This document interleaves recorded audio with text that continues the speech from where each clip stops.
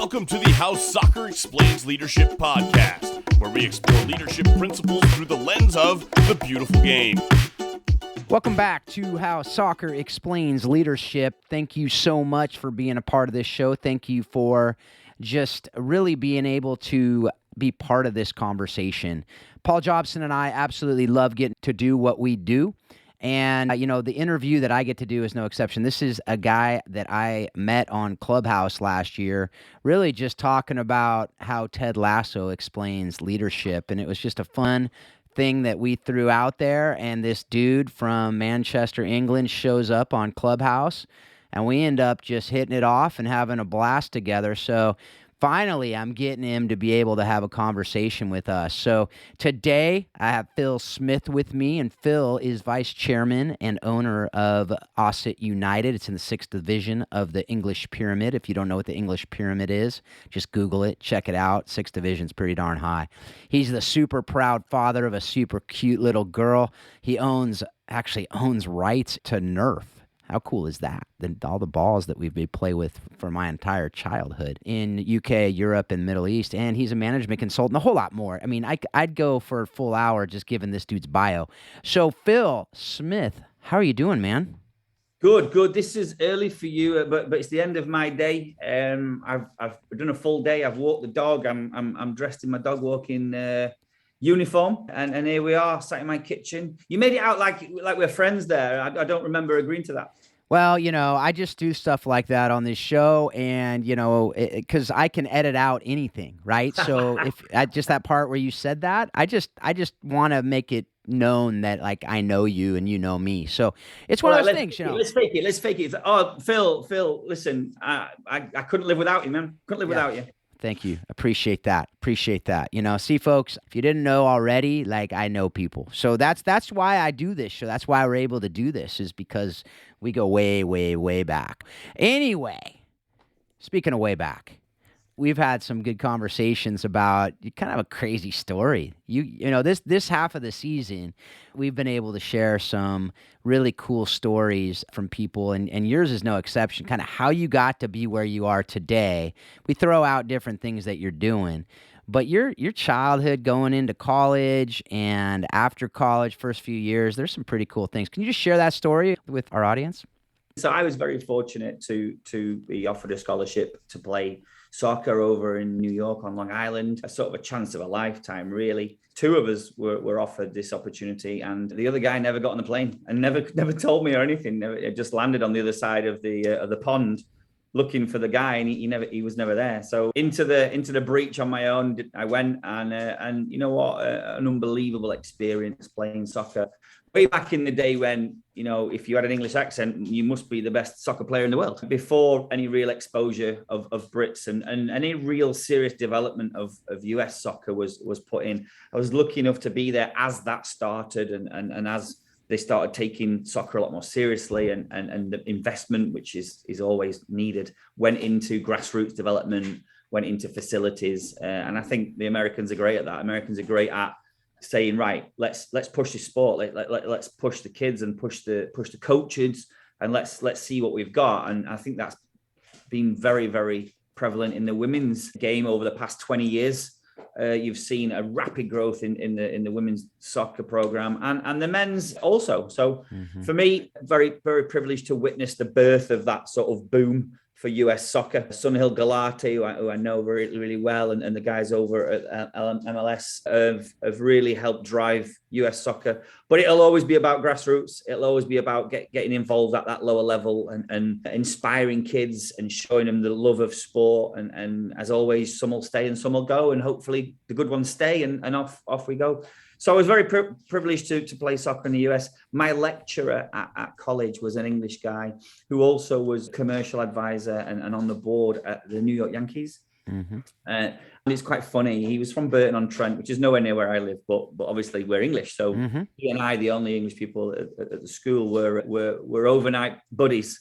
And he took a bit of a liking to me. He liked to talk about tea or the Queen or, cricket. And he got his English fix from me. What about crumpets? Did you talk about crumpets? Yeah. Oh, yeah. Okay. Can't live without them. Much like I can't live without your advice and friendship Crumpets is second on the list. I might even have some over there somewhere. But anyway, Yeah. So it's quite fortunate. American education system was tested strongly because we would have a game, let's say, away at Florida, and he'd come over and say, "Where are you playing this weekend?" Say, "Oh, no, we're down in Florida."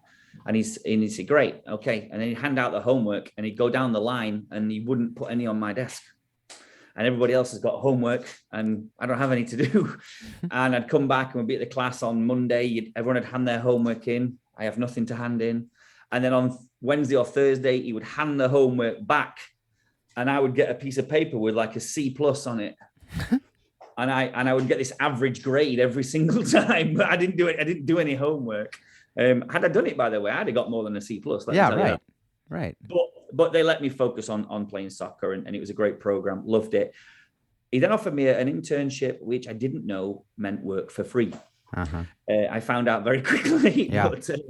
But yeah, I worked with him at the stadium for quite some time. And I was studying to be a sports agent. Do you remember the film Jerry Maguire with Tom Cruise? Yeah. Yeah, that was my inspiration. I wanted to be a sports agent. And I studied it and met a load of great guys in that field and wanted to follow them. But when I went with my lecturer and started understanding commercial sports business and how that whole wheel works, and the revenue they need to generate to just keep alive, to the fan and to the outside world, it's all glitz and glamour and bright lights and sports. But behind the scenes, there's a hell of a lot goes on to make that wheel turn. And a lot of the cash for a lot of sports clubs is out on the field.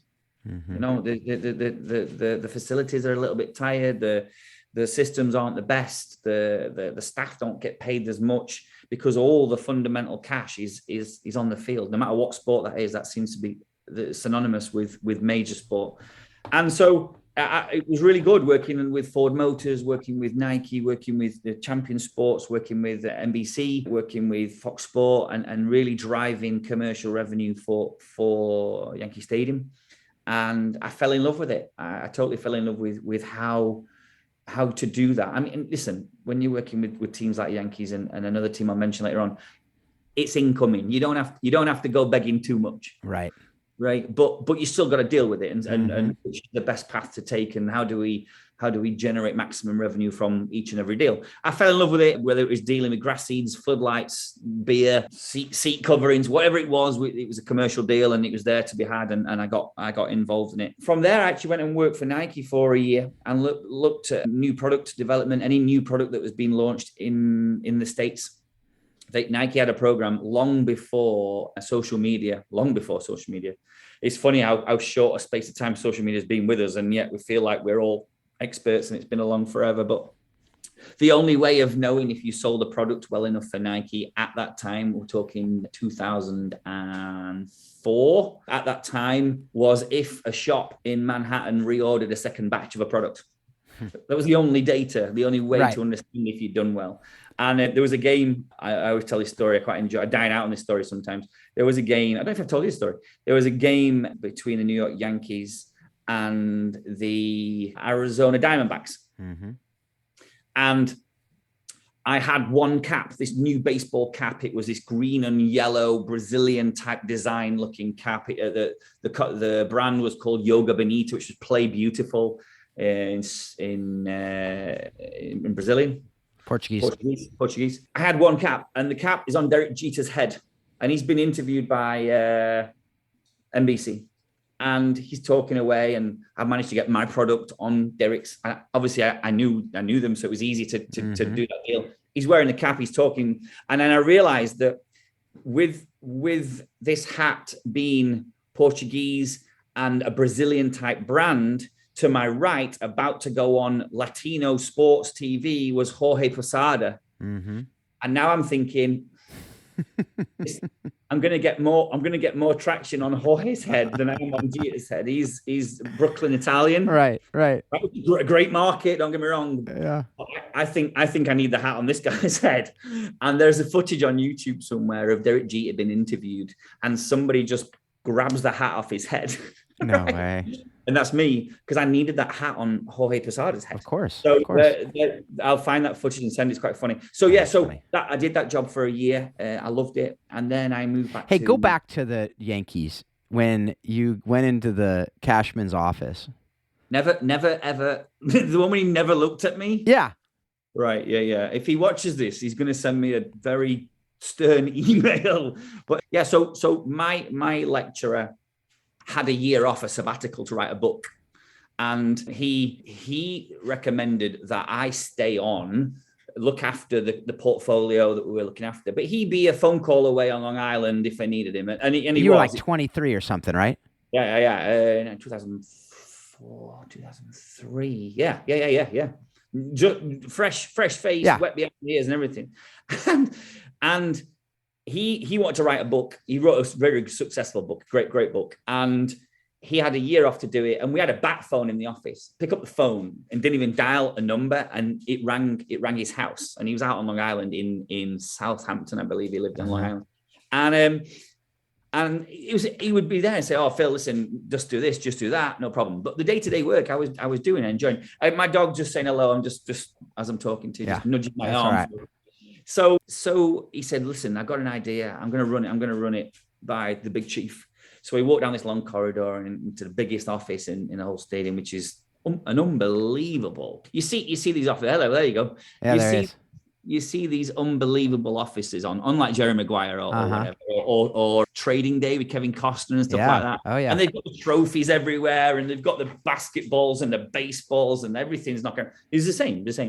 And he's at the far end of the office, and he's writing. He's writing or reading a book. Forgive me, one or the other. He's got his head down, and we were at the door. And my colleague says, "I've got it. I'm having a year off." And Cashman says, "Yeah, I'm aware of that." And he said, "Well, I've got an idea how we can carry on moving things forward in the commercial department. I suggest that Phil stays on. Rather than an internship, we obviously pay him, and I'll just be on Long Island as a mentor. You won't even notice any difference." And he didn't even look up at me or at all, and he just went, "Okay, make it happen." And I kind of just went, I just got a job at the Yankees. And I just went, "Thank you." and he went, "Mm-hmm." So didn't look. Didn't even look at you. Give me any words. Right. There was a job. Got a job. So he didn't even know who you were. He didn't know what you looked like. You could have. Would walk past me in the corridor, and I'd be like, "Hey." And, okay. Listen, great guy, visionary, solid career. But that's funny. His brain was on a different frequency to mine. Absolutely. He trusted his people, apparently. So that was good. Best interview I ever had. Yeah, absolutely. Absolutely. So that was great. All right, go back to where you were. So sorry. I love that. And then I went to Nike, and then I ended up moving back to the UK 2006. Yeah. And not everyone knows this, and I'm going to do a little bit of an exclusive, a little bit of a show you behind the Wizard's curtain. Back in 2006, Manchester United, Ferrari, and the New York Yankees had a sharing business. It was a financial company that they all had shares in, and they would be able to lend and borrow cash against that fund, whether it be dollar, euro, or pound. And depending on the market, there would be a fluctuation in dollars. Then all of a sudden it'd be shifted into euros, and it was a healthy trading account to help those three.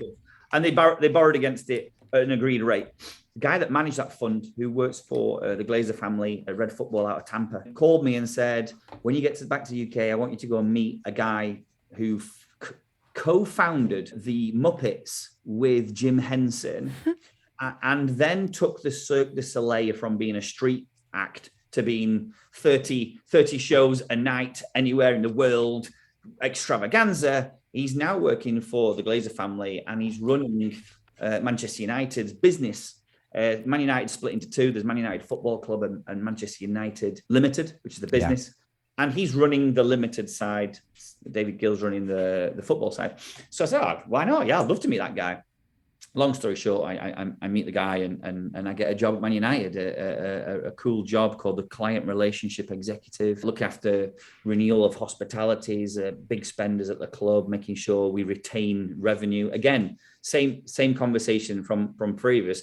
There's so much goes on to retain revenue, incoming money, sponsorship money, corporate hospitality, whatever. There was one lady who donated £300,000 per year to the club in order for her 2 sons to attend one game and sit in the director's box once a season. And she would give £300,000 just for them to have the privilege of doing that. And we would pick these 2 kids up from the airport.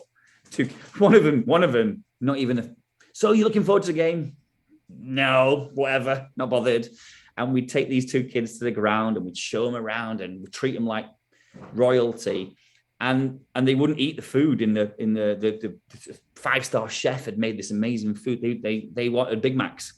Of course. So you have to send someone out for Big Mac. They'd sit at the table. Everybody else is eating with silver service. And these 2 kids were eating Big Macs in the director's lounge. But that's what we did. We retained revenue and we made sure that those clients got what they needed within the realms of reality. So it was a great job. I love United. Hey, stayed there for quite some time. Go back to that story too. The way you got jobs, I say this because you never know who knows who, and you never know. No. A part of leadership is listening and being available and just going and meeting people that you don't know what they're going to do for you. So you said you had the buddy who knew the guy who ran Limited, right? So you met him, and then he got you an interview with the guys or I don't know if it was in that conversation, but I remember you talking about them asking you if you were going to go work for the competitors or whatever. Yeah. So tell that story. So it was a great conversation. We hit it off. We shared some similar values, but there wasn't a job. There was no job. And we shook hands and I left actually. And he called me later that evening or the following day, very soon after I met him, and said, I've been thinking about our meeting, really enjoyed it. But let me ask you a question. If I don't give you a job, who are you going to go and work for? And I jokingly said, Manchester City, Liverpool, Everton, picking somebody fairly close geographically. And he said, that's what concerns me. That's what concerns me. I said, okay. And he said, could you come back on Monday, the following week, after the following weekend? Come back on Monday. I'd like you to meet a few other people in the business. So I did. I went back on the Monday, expecting to meet him and another couple of people for a coffee.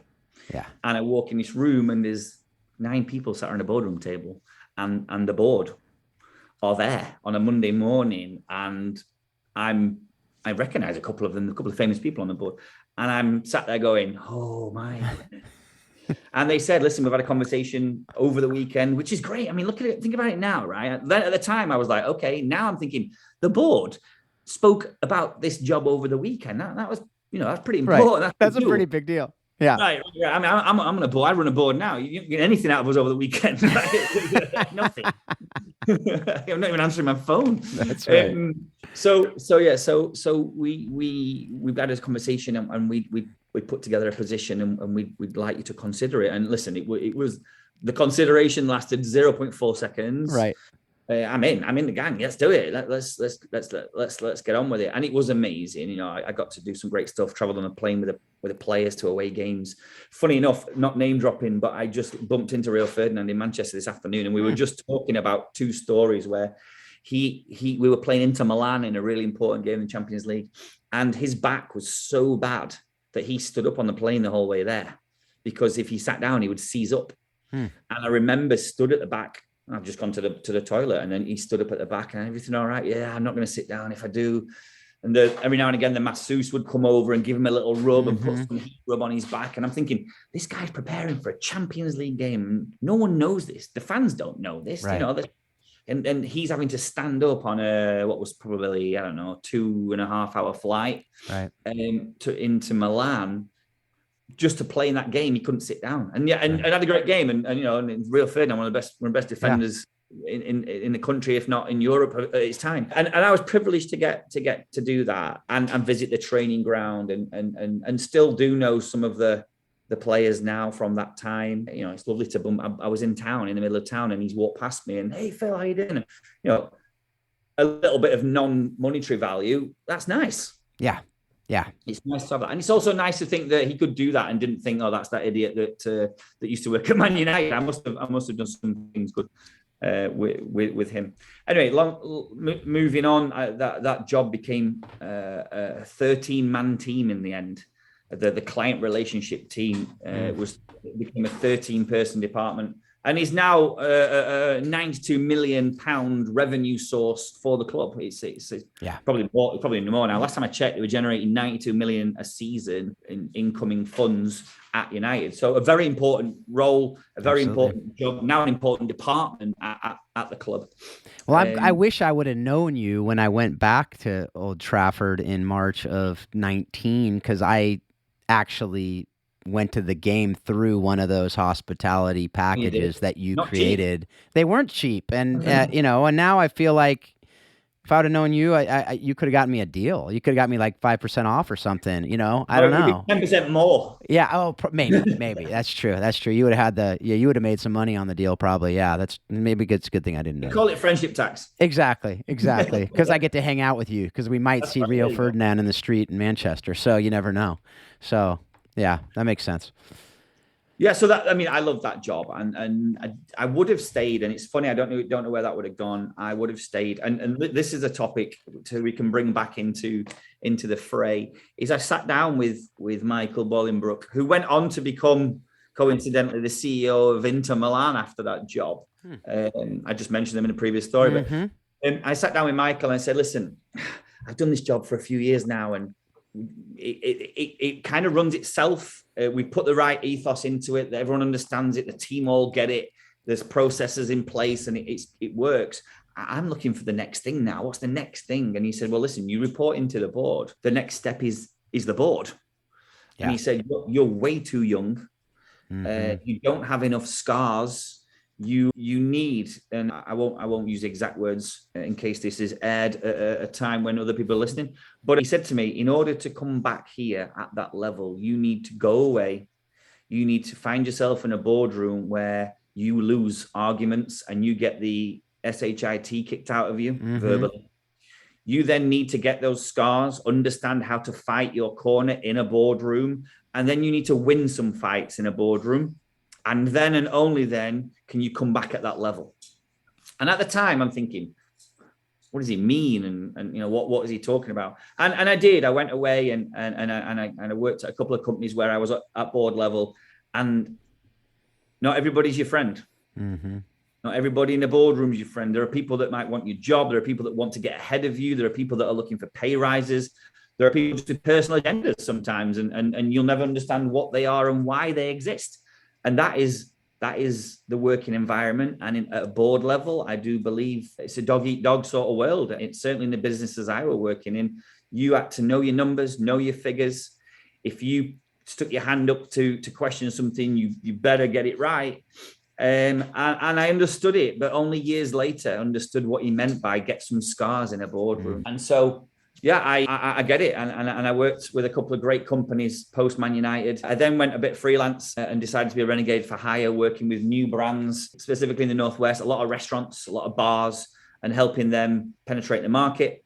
Ended up finding myself at Melia Hotels, Spain's largest hotel group. Very, very great, big company, run by a family, still run by Gabriel Escar and his father. And that was fantastic. Love working for Melia. A lot of traveling. Had a child at the time, only less than one, and found myself missing out on little things. I said this to someone earlier today. I would come back from a trip and my little girl would be able to colour in the lines and not smudge over the lines. Oh my God, look at this. She's colouring in the lines. And my partner would say, she's been doing that for 4 weeks. And she'd develop a new word or understand what was going on the TV and point and say a word. Oh my God, look, she recognises Peppa Pig. And she recognized her 3 weeks ago.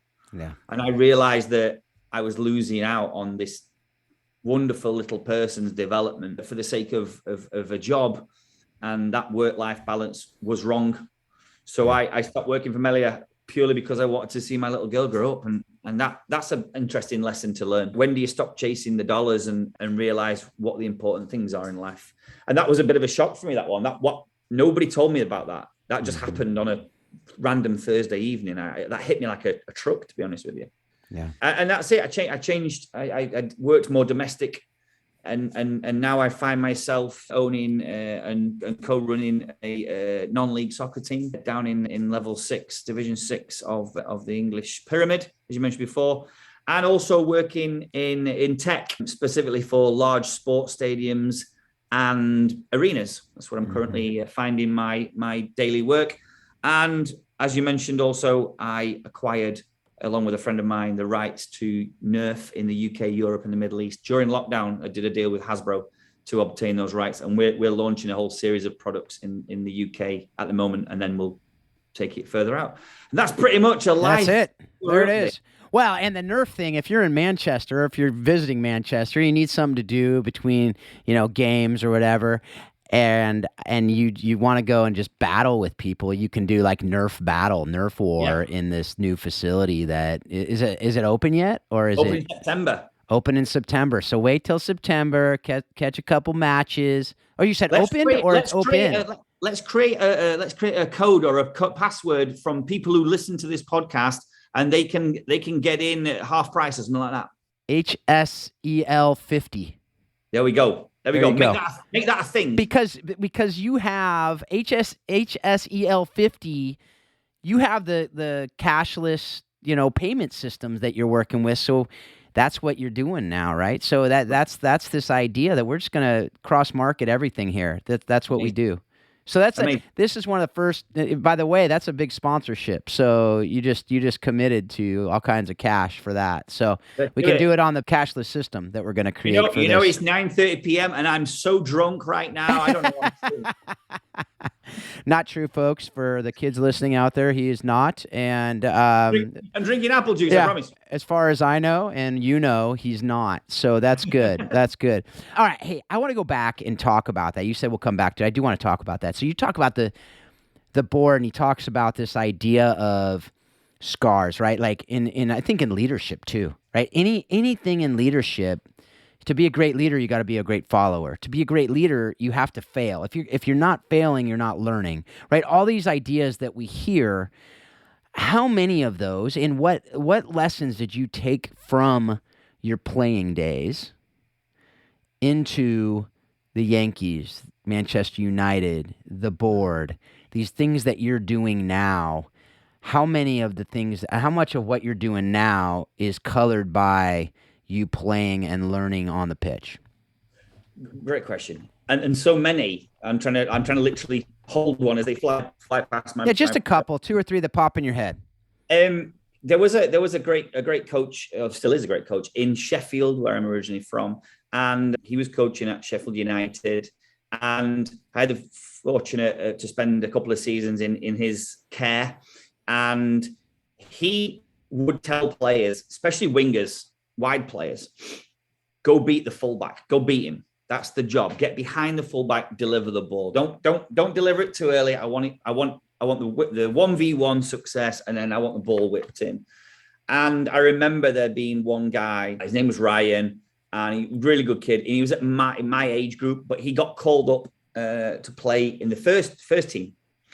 And it was his debut, and all night long he was running at this fullback and failing. And I mean, falling over, kicking the ball out of play, getting tackled.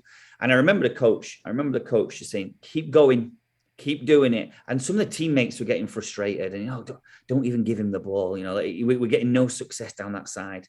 But the manager kept insisting, play the ball out wide, play the ball out, keep going, keep going, keep going. And it was 1-1 with about 4 or 5 minutes to go. I don't remember the board going up, but there's 4 or 5 minutes left to go. Game's hitting the final whistle, and he beats the fullback. The guy slipped.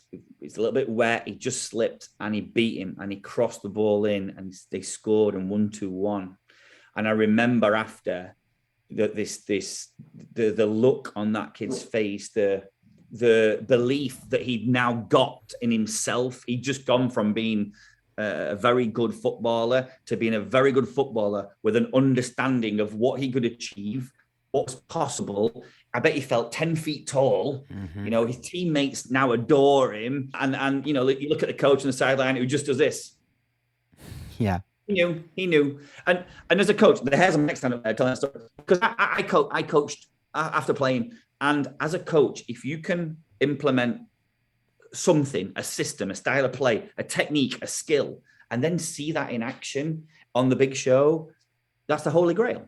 You've done it. And I remember that lesson of what it was about: don't give up and believe in yourself, and eventually it'll come. You know, that guy went on and played in the first team for a long more times. And you know what? He didn't take him all game to beat that fullback anymore because he believed more in himself. Yeah. But it took someone else to, the Australians call it pump your tires up. All right. Yeah. It took someone a bit of time to pump up the tires. Yeah. Right. And once his tires were pumped up, the kid was unstoppable. He always had that in him. He just needed that belief, right? He needed that, or someone else to believe in him, maybe. Right. And he needed and it's kind of a backwards thing a little bit, but it this idea that when you fail, and the coach, the manager still has faith in you and tells you to keep doing it, that gives you a confidence and the freedom to fail, right? If he didn't give him that freedom to fail, he could have pulled him after 2 minutes and said, "You're done. You're back." That goes back to Bolingbroke saying to me, "You need to go and make some mistakes. We don't want you making any mistakes here, right? But you need to go some lower level boardroom, get something wrong, make the mistake, fall over, be berated by somebody, deal with it, and go again." Yeah. And it's the same. I didn't even think about the link and the connection there, but he was telling me, you need to go and fall over and make some mistakes and beat some fullbacks in the boardroom, right? Yeah, absolutely. I always take that coach. It's quite funny. I didn't like that coach when I first started playing for him. I used to think he was picking on me at one stage. His name's Kevin Fogg, and you know what? I'll send him a link to this so he can know that I'd really value his time now. Yeah. But Kevin Fogg I thought was picking on me. Why is he picking on me? Why is he focusing on me? And it wasn't until 2 or 3 seasons later I realized he wasn't picking on me. He was trying to push me to my potential. He's trying to find where are my buttons. Everyone's got different buttons to press. Some people need a hug. Some people need a yell. Some people need showing, telling. You know, there's so many different ways of learning. I think I need to do it first before I can learn. You can tell me it doesn't go in. Right. I need to go and do it. And then I go, oh, right. Yeah, I get it. You do this. Okay, I understand it. And I think there's always been those 3 ways of learning: visual, verbal, and actually doing it. And once I'd gone through Kevin's program and understood why he did things, I then realized he was the best coach I ever had. He made me the best person I could ever be. Yeah. That's his job done. Tick, on to the next one. That's right.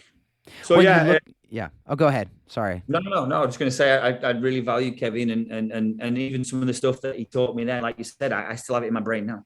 Absolutely. And you're using it. And I'm just thinking of this idea that some people would think you're nuts for you had this job at Manchester United. It's like the top of the pyramid, literally, the English pyramid and every pyramid in global football, especially when you're talking about the business side of it and the marketing of it.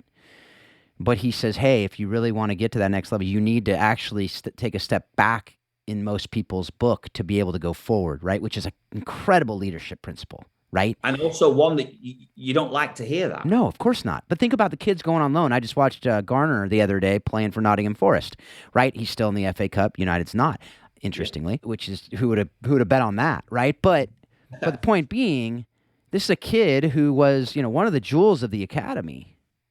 Great player. Yep. And they say, imagine when they bring him in and say, hey, you're not going first team. You're going on loan to Nottingham Forest. He's like... Soul destroying.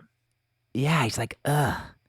Right. But and I still believe players at that level, even today, don't get the value and the positive. Right. This is actually positive, and here's why. But I think they've got to go and do it to realize. They have to. And I think the fact that that's the way that these guys have seen to develop your youth. You got to get on the pitch, and you got to make mistakes, and you got to play, but you're not ready to play at this level yet, but you very well might be. And that's what he's saying to you. Like, I don't know that you're going to be able to play at this level or to be able to lead at this level, but you'll never know if you don't go do it somewhere else. A great example to bring that back into my own world and my own understanding is that we had a player come to us from Sunderland on loan to Ossett. This is the club that I'm one of the administrators of. And he came to us from Sunderland, and it was a season Sunderland were getting relegated out of the Championship, so they knew they were going to League One. Big. It's on Netflix actually that year. Yeah, Sunderland Till I Die. Great. I just talked to somebody earlier about that dude from Sunderland. I'm like, wait. Right. Anyway. And that season, there's a player, and there's actually a scene where it's snowing, and these academy kids are throwing a snowball at the first team players. One of the kids that threw the snowball in the Netflix production is a guy called Jacob Young. Jacob Young was the captain of the Australian under-18s national side. He was the captain of the under-18s Sunderland development youth side. And Sunderland are heading into the abyss, right? Yeah. Yep. And they decide that all our players at 18, 19 years old are either going to play next season in League One, and that's how they're going to save money, or they're going to sell them, and that's how they're going to make money. Mm-hmm. And so they sent out their entire under-18 squad out. Let's see what they can do out in the world, because they're currently playing on lovely grass, lovely facilities against other 18-year-olds. And everything's take a touch, have a look around, have another touch. Oh, you know what? I'll pass it to you. Give it me back. I pass it to you. It's nice, right? That's not soccer in the Premier League. That's certainly not soccer in League One. Right. Soccer in League One is you put your gum shield in because it's going to be a rough ride. That's right. That's right. So this young kid turned up at our club, and we were playing away in Manchester, a tough team called Mosley. You don't win many games at Mosley. They're just a good side. And he played, and he was like a rabbit in the headlights. We were 3-1 down at halftime. This kid, the ball's coming to him, right? He's having a first touch, and from nowhere, bang. Yeah, someone cranks him. He's out. He's in the stand. Yeah. Right. Next minute, he's going up to win a header. The guy, boom, in his rib cage. Thank you very much. I'm off this way. Yeah. He's winded. I saw him defend a corner without looking. One of the opposing players, little chop in the Adam's apple. He's gone like this. Ball's coming. Header, goal. He's an under-18 academy player. Yeah, it's right. Nice. So we brought him off at halftime. We're 3-1 down. We ended up winning the game 4-3. Very, very good game. We shouldn't have won the game, and we did. We won 4-3. And Jacob learned a tough lesson, and it took him 3 or 4 weeks. He stayed with us for 4 months, and on the last game of the season, he marked the league's top goal scorer and won man of the match for preventing him from scoring. And Sunderland decided he wasn't to play in League One. They were going to sell him, and they sold him to Wolfsburg for 1.4 million, and he ended playing Bundesliga the next year. Wow. So he came, and the bow that was missing the string that was missing to his bow was not everywhere's rainbows and butterflies. There are times when you've just got to move that ball, move it on. And again, a message from Kevin Fogg. He always said, you should know what you're going to do with that ball before you get it. There should be some sort of idea. You know what? I'm going to cross-field pass. You know what? I'm going to lay it back to the goalkeeper. You know what? I'm going to play it down the line. If I get it, what if? He didn't have that what if. Yeah. He didn't decide what to do until he got the ball. Yep. And then he'd look up, bam, see you later. It's too late. He developed that, and he went on and played. And so, I think, again, the same understanding of soccer and the boardroom is that in order to go forwards, people have got to go and experience this, go on loan, go to a smaller environment, become a bigger fish in that smaller pool, understand yourself, find out who you are. Yep. Are you able to walk into a boardroom and kick some ass? Or are you the guy that goes in a boardroom and smiles and nods and says yes because I don't want no conflict? Right, you don't want to rock the boat. You won't be in that boardroom very long unless you're agreeing with the top guy. And the top guy, you don't want yes men all the time. That's right. So I did that. I went in a few boardrooms and believe me, got a few scores, lost a bit of hair. Yeah. And loved it. I'm not yet back at the border. There's a pathway I'm sure that I could potentially get somewhere close to it. I'm not there yet, but don't never say never. Well, what we've learned from your background is if you're meant to be there, you're gonna get there, right? Because you tend to have that. One of the things you just said, I mean, it reminded me of just a couple days ago in my practice with a high school girl, and she was receiving the ball. She's a striker. She received the ball. What she didn't know was behind her was about 20 yards, 20 meters in your neck of the woods of just open green. Oh, on our field, it's blue turf, but whatever. It's still green to me. And she didn't even look over her shoulder. She didn't check for the space. And I just looked at her and I said, especially as a striker, but I don't care what position you're playing, but you got to know that's there. Yeah. Right? And I think that's a great life lesson for us too, right? Totally. You need to know what's around you, and you got to know who you are. Where's the success? Right. Exactly. If you're not eyes open, you wouldn't have seen that Yankees thing. You would have been like, no, it's an internship. Forget it. I'm going to spend this summer on the beach. Thank you very much. Exactly. And a lot of people do that. Yeah. Right? Yeah. Going to Manchester. Well, I don't have time. I'm not going to, what's it going to do for me? Right? Why would I go to that meeting? And then he says, there's no jobs. And okay, all right, well, then I'm done. What? You're bringing out a mantra. Sorry, I'm talking with a thing. You're bringing out a mantra in me that I've not talked about. Go to that meeting. Yep. Put the tie on.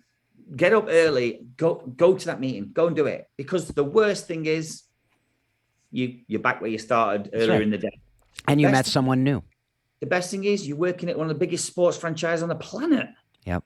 Right. And there's something I saw something the other day on Instagram. I like all these sayings, and there's one, I think it's called The Founder, I think it's called on Instagram. And it said, having no money is tough. Making lots of money is tough. Choose your tough. Right. And that sat with me for a few days. That has, you sit on the couch, watch the extra Netflix episode, play on FIFA on the PlayStation, and be where you are, or don't put it down. Go and find the opportunities. Get off the couch. Yeah. Knock on the door. Go to the meeting. And it'll happen. It will happen.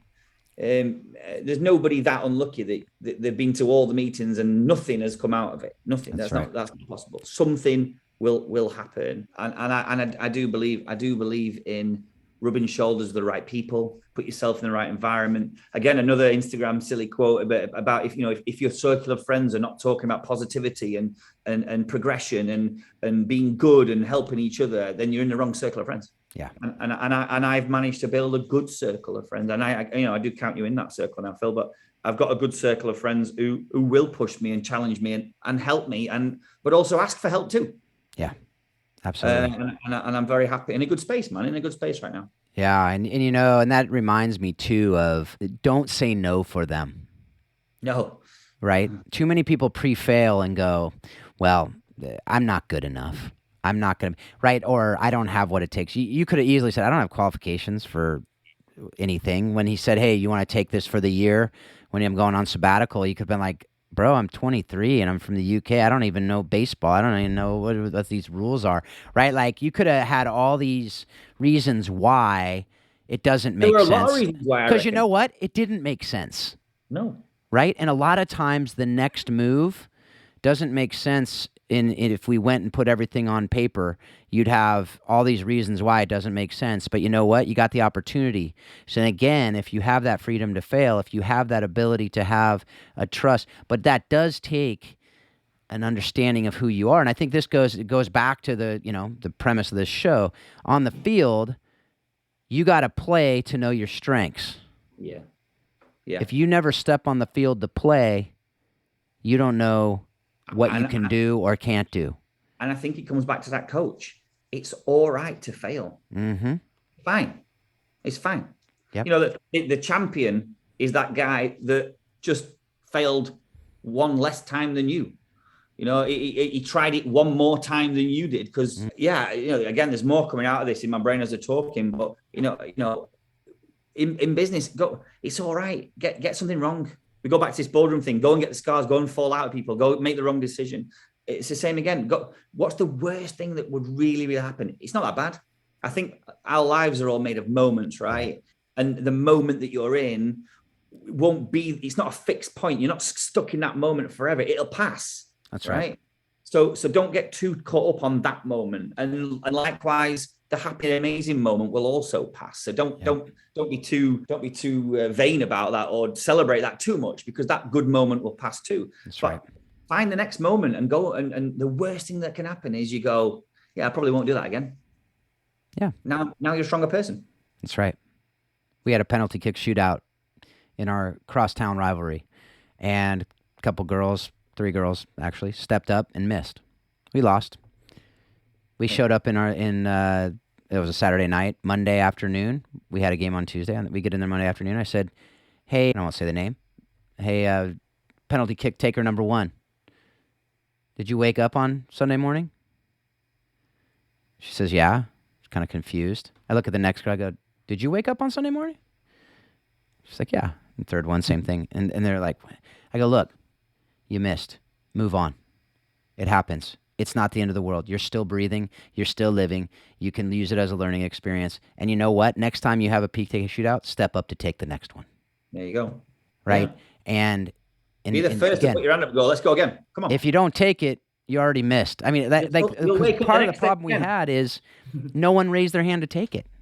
Right. And I said, that is what I have a problem with. Not that they missed. I have a problem that our team didn't have the confidence to say, hey, I want to take one right now. Let's go. And I think that again, goes to not knowing yourself, being afraid of what others are thinking, all these other things that we pre-fail. We say, oh, I'm not going to make it.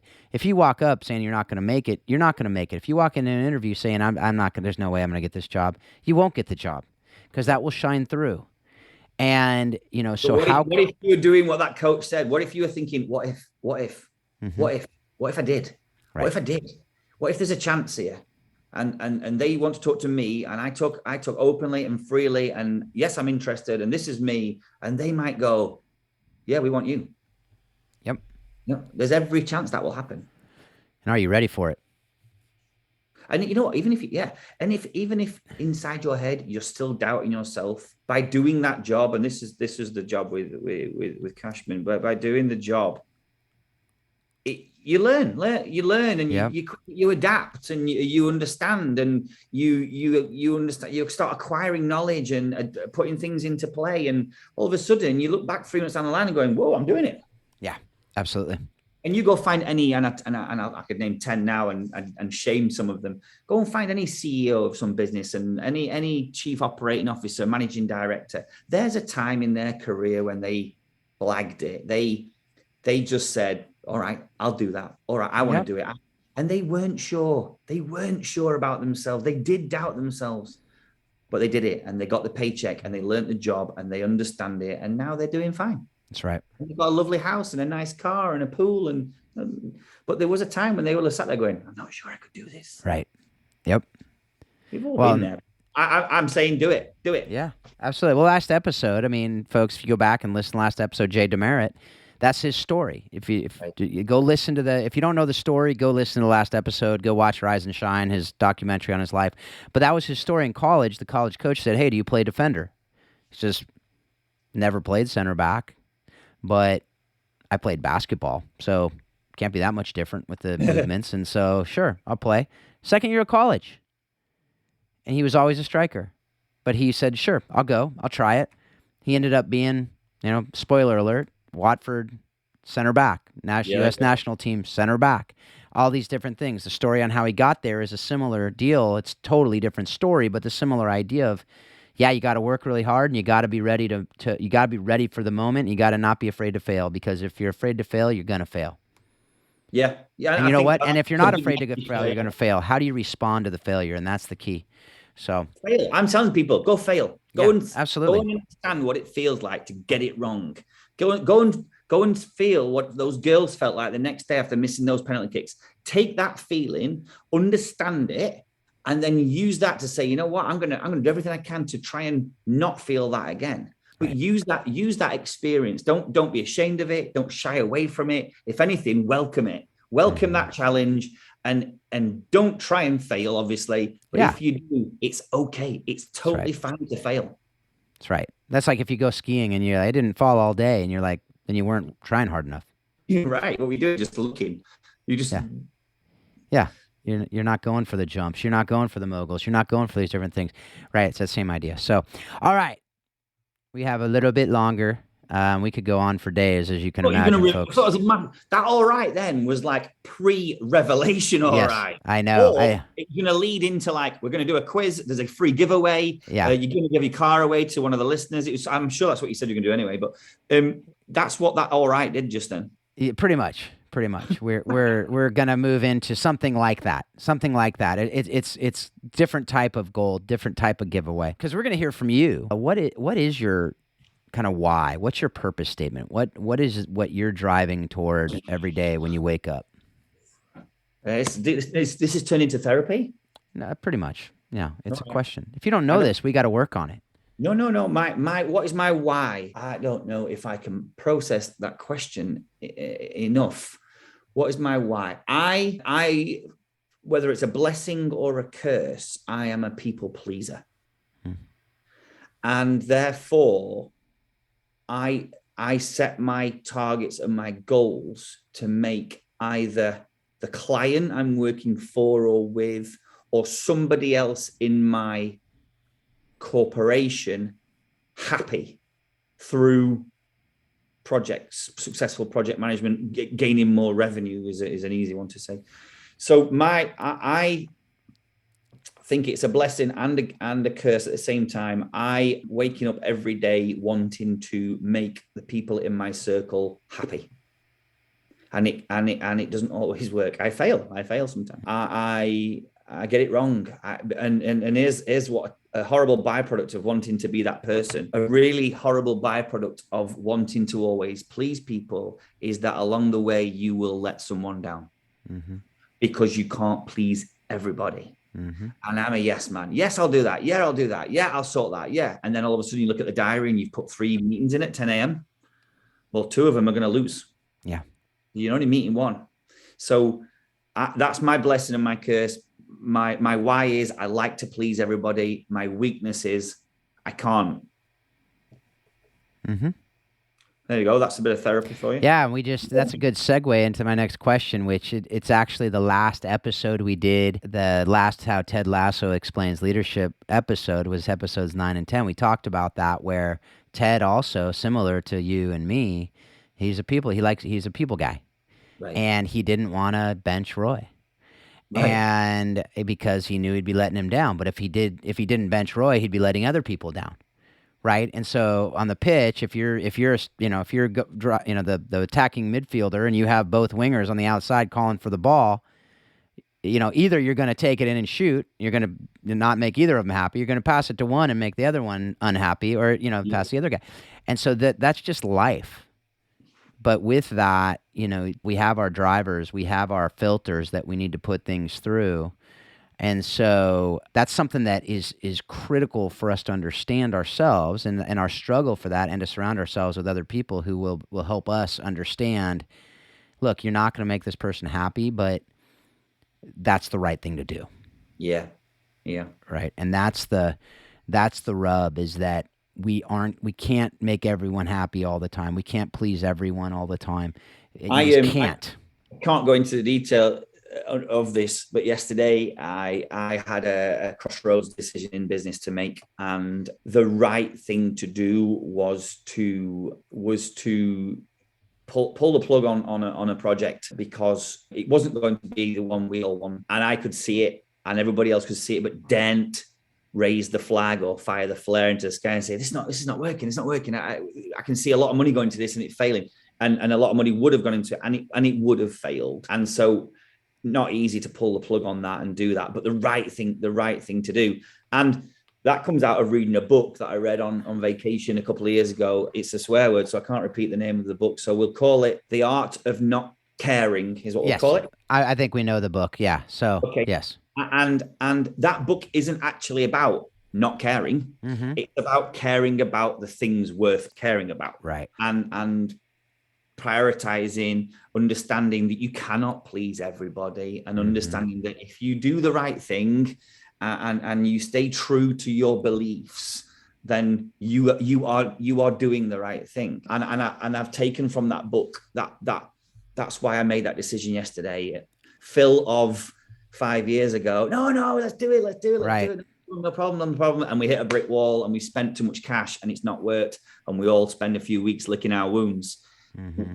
I've just saved the company quite a bit of cash, a lot of time. We move on to the next project. Yeah. I wouldn't have done that. Pre that book, Yep. And that's what it is. It's learning. It's continually learning.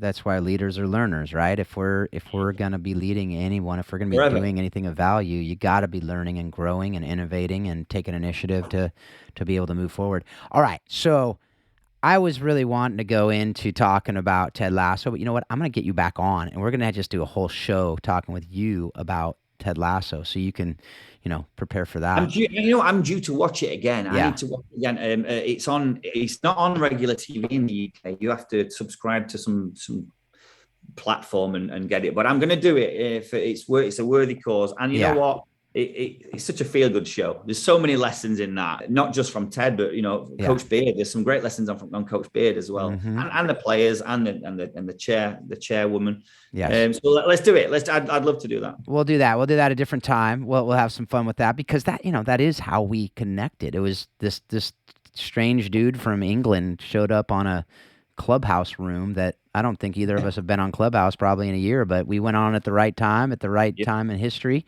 Again, fortuitous. The Phils got together, and for better or worse, I don't know. We'll see. Walk through the door, go in the room, and have a look. Exactly. You never know what might happen. This podcast never would have happened. This episode. So, folks, go through that door. Go take the meeting. Right. All right. 2 more questions. We ask these of everybody. So, what lesson learned directly from the game of soccer have you used in your parenting? My parent. All right, great. My parenting. I have a 6-year-old. Yeah, I know. She spends all the time trying to make me laugh, and she's cuter than you, so that's good. Yeah, it's not too difficult. Yeah, it's a low bar, but that's like my bar I have with my kids. So, In fact, I think she's on almost every photograph there. Yeah. What do I take? This is on the spot. What do I take into parenting from the past, from soccer? We're going to end up on the same topic. I take about telling her, so you're all right to get things wrong. You were allowed to get things wrong. We're doing a lot of mathematics at the moment, and she's struggling at some of it, not of all of it. Mm-hmm. And she'll put, and she's 6, but she'll do 100, add 50 is 105. Mm-hmm. I can see how she probably got there, but it's wrong. Right. And I'll tell her, listen, that's wrong. And I can see the bottom lip going and I've done something wrong. And this is a bad thing. And I'm giving her this information now. No, it's okay. And now we're going to go through it. And maybe you're like me, you need to do it to understand it. She's been shown it by a teacher and then taught, but she needs to go and do it. So come on, let's get out the sticks and let's count. 150 matchsticks is a lot of matches, but let's count together. And what have you got left? And there's 100 there, and there's 50 there, and okay, there's 100, and there's 150. Amazing, right? Now let's try it with 250. Oh, there's 250. Yes, good, you got it. So get things wrong, and we seem to have a running title, a running theme now. Is all right? Get things wrong. Yeah. You almost welcome it sometimes. Mm-hmm. So absolutely. That's a parent thing, and that comes in the garden. It's all right to, get on the swings and try things. I'm not saying be a renegade, but if you mess up, own it, own the fact you've messed up, and we move on. That's no problem. That's right. Just folks, for those of you who don't know the Queen's English, the garden would be the backyard, which is why there are swings in the garden. So that's like The boot is the trunk. All these different things. So we'll You go through that. We'll have another you drive on the episode. parkway and Yeah. park in the driveway, don't you? Exactly. We do a lot of things like that in the U.S. So we'll have a whole episode on the Queen's English as well with Phil Smith. It will be a fun episode. Yeah, for this side of the pond, I don't know. Yeah, I don't know that anybody cares, so I don't think we'd have anyone listening. One of the questions I used to get asked when I first went to Adelphi University on Long Island, and the people, this was new, English people were new, and they say, did you know Princess Diana? And I said, well, no, but my mum does yoga with her. And oh my God, really? Yeah. It's so sad, that story, so sad. And how many times have you met the Queen? Never. Right. Oh yeah, she's down at the local soccer park watching the grandkids play yesterday. Totally. And I used to love the naive understanding of what, England and stuff like that, and play on it a little bit. Why not tell everybody you're friends with the Queen? No. How will they ever find out? Right. So, all right. Last question. What have you read, watched, listened to that has informed your thinking on how soccer explains life and leadership? Didn't even prep me with this question, Phil. Didn't even prep me. Hey, What have I watched, read? What have I watched, read, or listened to? What have I watched, read, or listened to? Okay. Recently, I watched the Formula One Netflix show, Ride or Die. Mm-hmm. Ride to Survive. Drive to Survive. Ride or Die is a rough idea, right? Drive to Survive, I think is what it was. F1. Right. F1. Look up F1 on Netflix here in the US. And there was a big scenario. Forgive me, I don't know the names of the drivers. I watched I don't either, but I watched it. It's pretty good. So there's a number one driver, and in most teams there's a number two driver.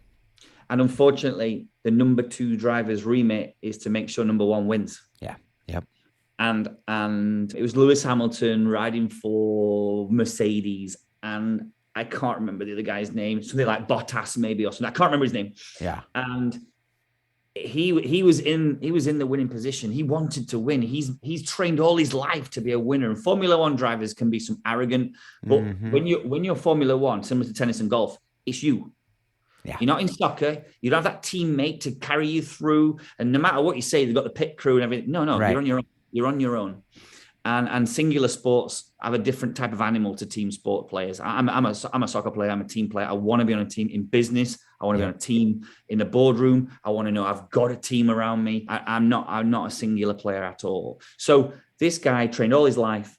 He driven into his DNA, win. And right up until he was number two at Mercedes, he had won. So he tasted victory. And now he's going to the big show and he's told you can't win. You're not allowed to win. Right. And it was listening to the discipline plus the frustration in that guy's conversation of, I want to win. I'm here to win. I want to be the winner. Anyway, it became a decision to whether or not he overtook or stayed behind in a certain race, and his DNA got the better of him. And he went through and won, and he took it, and he got in a lot of trouble with the team and that and other. But in the interview after, he said, "Listen, I've been built a certain way and been told to play a certain way. You can't take that. You can't take that away from me once you've done that. You've built into a monster. You can't then tell a monster to shush." Yeah. And what I took from that is, back to me. You can't tell me to go away and get the scars in the boardroom. You can't tell me to go and kick the other people around and win and push your agenda and then not expect me to be that type of character.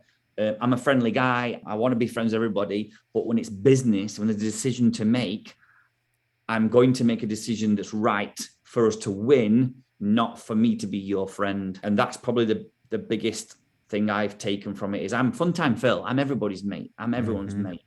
But there's something in the boardroom. You cross that white line onto a soccer field. You cross that door into the boardroom. There's something in that boardroom that's like a match day, and it's like a game day. And you've got to be on your game, and you've got to win.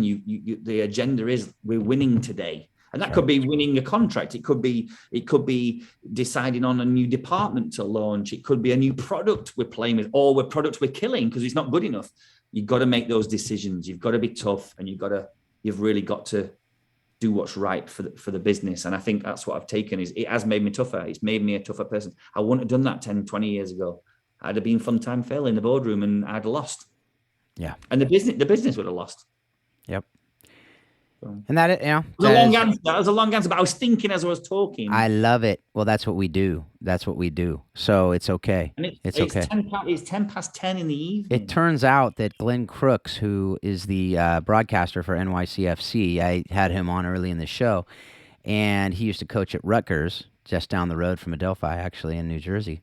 Yeah. But he talked about Jose Mourinho being a big F1 fan and bringing in one of the drivers to talk with his team. I forget whether it was at Chelsea or one of the other places, but he was surprised that, that's who he was learning from, which was kind of crazy. He's like, I didn't think Mourinho learned from anybody.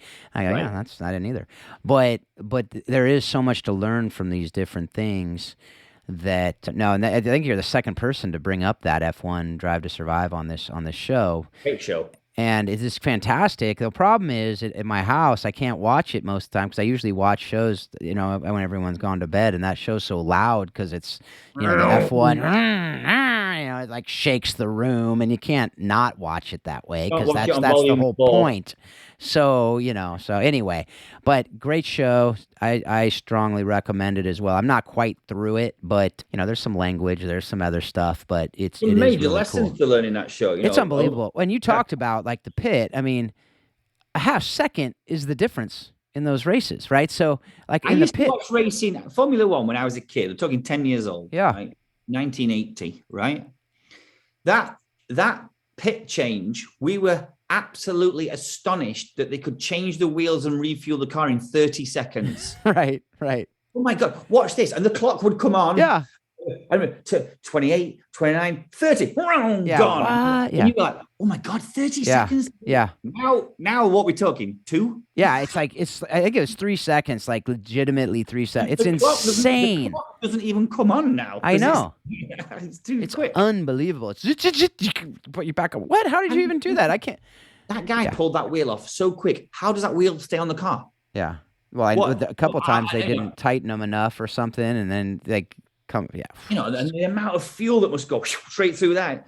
Fascinating show, not just for the entertainment value, but there are some interesting lessons about self-motivation, self-preservation, being a team player, being an individual, being a renegade. There's loads of lessons in that show, and all those drivers are in it to win it, and they're a serious business. It's amazing. Absolutely.